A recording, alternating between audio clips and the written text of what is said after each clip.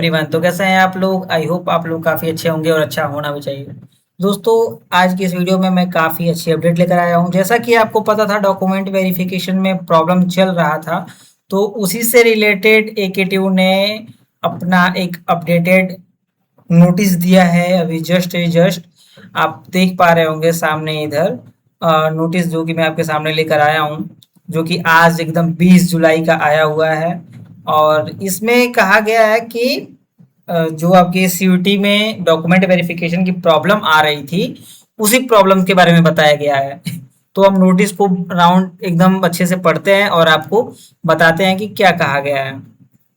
तो ध्यान से देखिए, इधर कहा गया है कि उत्तर प्रदेश तकनीकी प्रवेश काउंसलिंग यूपीटीएससी 2026 के माध्यम से B Tech, B pharm, lateral entry कार्यक्रमों में प्रवेश के इच्छुक ऐसे समस्त अभ्यर्थी को सूचित किया जाता है कि जिनके डिप्लोमा अंतिम वर्ष का परिणाम अभी तक घोषित नहीं हुआ है, उन्हें निम्न शर्तों के अधीन मुख्य चरण काउंसलिंग 1, 2, 3 मतलब first, second, third and fourth round में प्रतिभाग करने की अनुमति प्रदान की जाती है।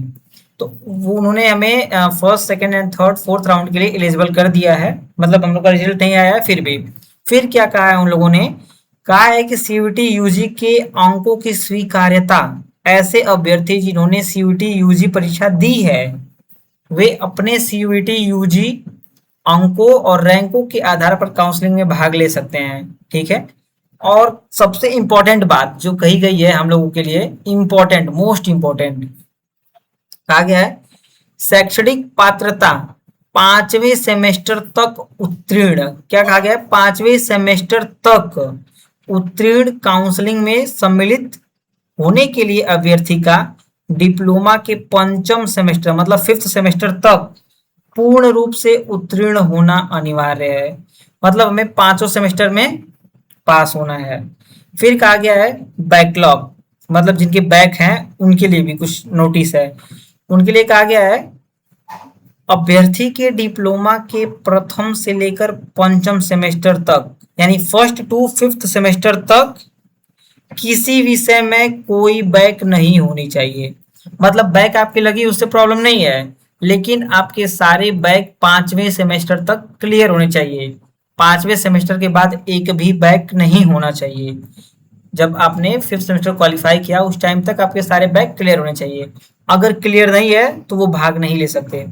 फिर कहा है इन्होंने संबंधित अभ्यर्थियों को पंजीकरण के समय अथवा संस्थान में रिपोर्टिंग के दौरान अपने पूर्व के सभी सेमेस्टर मतलब 1 से 5 सेमेस्टर तक की उत्तीर्ण अंक तालिकाएं मतलब मार्कशीट प्रस्तुत करनी होगी। यदि अभ्यर्थी संस्थान में फिजिकल रिपोर्टिंग के समय पात्रता मापदंडों को पूरा नहीं करता है, मतलब जो भी एलिजिबिलिटी क्राइटेरिया है उस पे वो खरा नहीं उतरता है, तो उसका प्रवेश स्वतः निरस्त माना जाएगा तथा काउंसलिंग के दौरान जमा की गई सीट कंफर्मेशन फीस, जो कि ओबीसी के लिए 20,000 और एसटी एससी के लिए 12,000 वापस दे नहीं होगा। मतलब जो सीट अलॉट होगा और आप उस समय सीट अलॉटमेंट फीस सबमिट करते हैं, ओबीसी के लोग 20,000 जमा करते हैं और एसटी एससी के लिए 12,000, वो फीस रिफंड नहीं की जाएगी। और आगे की अपडेट के लिए आप इस वेबसाइट पे विजिट करते रहें। ठीक है। तो आज के लिए ये नोटिस थी। अब हम लोग का मेन मुद्दा ये आता है कि हमें अपलोड क्या करना है।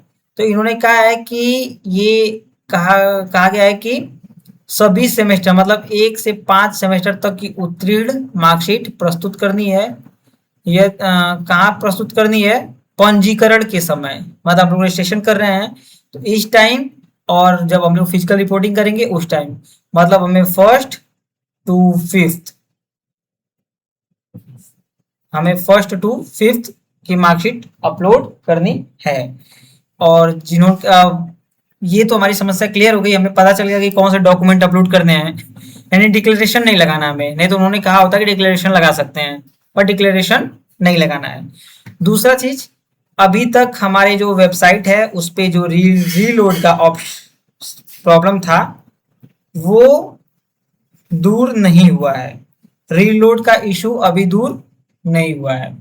तो वो जब रीलोड का ऑप्शन खुल जाता है तो उस टाइम आप अपने 1 से 5 सेमेस्टर के डॉक्यूमेंट्स को बनाएं, उसे अपलोड कर दें। और जो लोग अभी तक रजिस्ट्रेशन नहीं किए हैं वो रजिस्ट्रेशन करने जा रहे हैं, या फिर जिन्होंने अभी तक प्रोग्राम शेड्यूल में या प्रोग्राम सिलेक्शन में जो चूज प्रोग्राम था उसमें जो अपने मार्कशीट का डिटेल्स नहीं फिल किया है, तो वो एकदम इस लेटेस्ट न्यूज के आधार पर अपने डिटेल को फिल करें और काउंसलिंग में भाग लें। तो आज के लिए बस इतना ही, मिलते हैं नेक्स्ट अपडेट में नई वीडियो के साथ कुछ अच्छी इन्फॉर्मेशन के साथ। तब तक के लिए टाटा बाय बाय। अगर आप हमारे चैनल पर नए हैं तो प्लीज चैनल को सब्सक्राइब करें for more information. Thank you, have a nice day.